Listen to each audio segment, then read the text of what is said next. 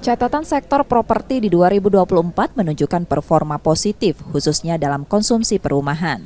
Di Sumatera Selatan, tren pembelian perumahan mendominasi dengan rata-rata 176 unit per bulan, dipengaruhi minat konsumen di sektor industrial. Memasuki 2025, Real Estate Indonesia memproyeksikan pembelian unit rumah komersial di Sumsel akan meningkat 5% dibandingkan tahun sebelumnya. Pertumbuhan ekonomi yang terus positif dari 5,1% di 2024 menuju 5,8% menjadi salah satu faktor utama pendorongnya. Pada 2024, tren pembelian rumah tercatat 30% untuk rumah komersial dan 70% rumah subsidi.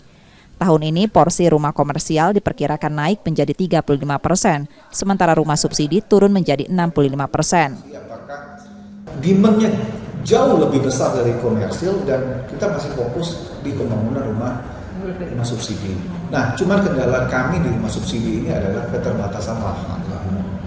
Ya, keterbatasan lahan, yang mana harga lahan sekarang sudah ada di pinggir-pinggir kota atau kabupaten, dan juga harga yang bisa diperoleh juga tidak lagi yang relevan untuk rumah MPR. Nah, kalau untuk rumah komersil, kita lihat sekarang pertumbuhan ekonomi Sumsel tadi sudah mulai bagus di tahun 2024, 2025. Ini saya yakin pertumbuhan di rumah komersial akan lebih tumbuh lagi.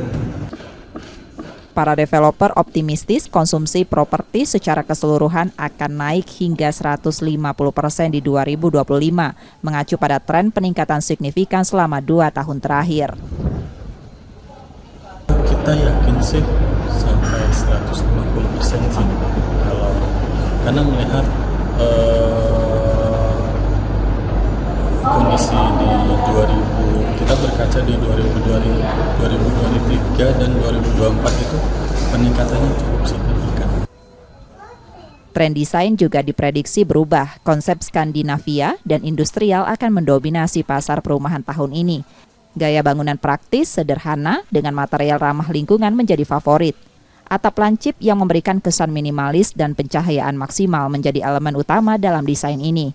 Muhammad Reza Pahlevi, Kompas TV, Palembang, Sumatera Selatan.